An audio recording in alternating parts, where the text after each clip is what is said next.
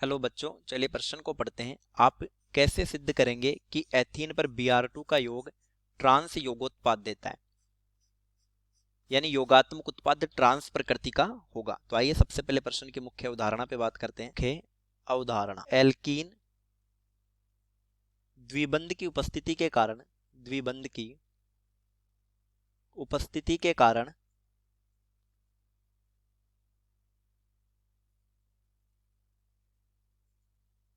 Electrons नहीं द्विबंध की उपस्थिति के कारण इलेक्ट्रॉन्स नहीं योगात्मक अभिक्रिया देती है। योगात्मक अभिक्रिया देती है, यानी होता क्या है, द्विबंध के इलेक्ट्रॉन घनत्व पहले इलेक्ट्रॉन से नहीं को आकर्षित करते, फिर नाभिक से नहीं जुड़ता है। जैसे एक उदाहरण से हम इसको देख लेते हैं। ये हमारे पास एल्कीन है, सी द्विबंध सी, ये कोई आक्रमणकारी अणु होगा, तो ये द्विबंध के इलेक्ट्रॉन जो होंगे वो इस आक्रमणकारी अणु में ध्रुवणता का कारण बनेंगे। तो जिस पर आंशिक धनावेश होगा वो इलेक्ट्रॉन से नहीं होगा, और जिस पर आंशिक ऋणावेश होगा वो नाभिक से नहीं होगा, और ये द्विबंध टूट जाता है, और इस वजह से बनता है अभिक्रिया में मध्यवर्ती कार्बन है। ये बन गया कार्बन, एकल बंध कार्बन।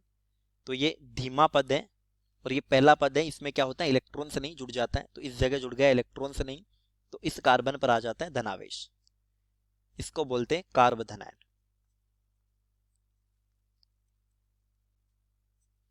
अगले पद में अब नाभिक से नहीं का आक्रमण होगा, और नाभिक से नहीं आक्रमण करेगा कार्बधनायन के कार्बन पर, यानी धनावेश पर, और ये बन जाएगा, यहां नाभिक से नहीं जुड़ गया और यहां इलेक्ट्रॉन से नहीं। ये योगात्मक उत्पाद है, योगात्मक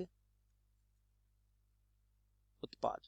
अब तो बनने वाला कार्बोदनाइन दो तरह का हो सकता है, या तो वो होगा शुद्ध कार्बोदनाइन यानी कि प्योर कार्बोकेटाइन, या वो होगा चक्रीय।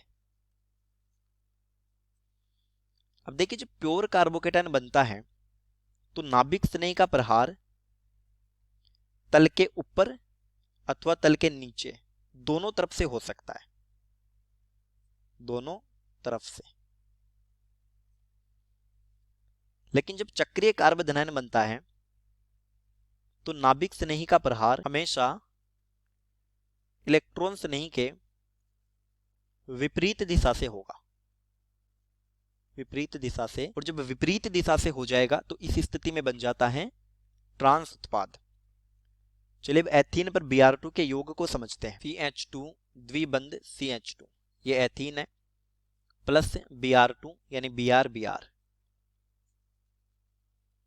पाई इलेक्ट्रॉन घनत्व Br बंध में ध्रुवणता का कारण बनेंगे, तो यहां से हमें मिल जाएगा Br प्लस और Br माइनस। ये होगा इलेक्ट्रॉन से नहीं, और एक होगा नाभिक। तो इस बंध के इलेक्ट्रॉन इस कार्बन पर आ जाते हैं, और जिस कार्बन पर आते हैं उसके साथ इलेक्ट्रॉन से नहीं जुड़ जाता है, तो ये बन गया CH2, एकल बंध CH2, और यहां जुड़ गया Br, और इस कार्बन पर रह गया धनावेश। अब देखिए, Br जो इलेक्ट्रॉन से नहीं होता है ना, वो एक बड़ा इलेक्ट्रॉन से नहीं होता है, तो इस स्थिति में बन जाता है चक्रीय कार्बोदनायन। यानी हम यहां पर जो कार्बोदनायन बनेगा वो इस तरह का होगा, CH2 और ब्रोमीन पर धनावेश, इसको बोलते चक्रीय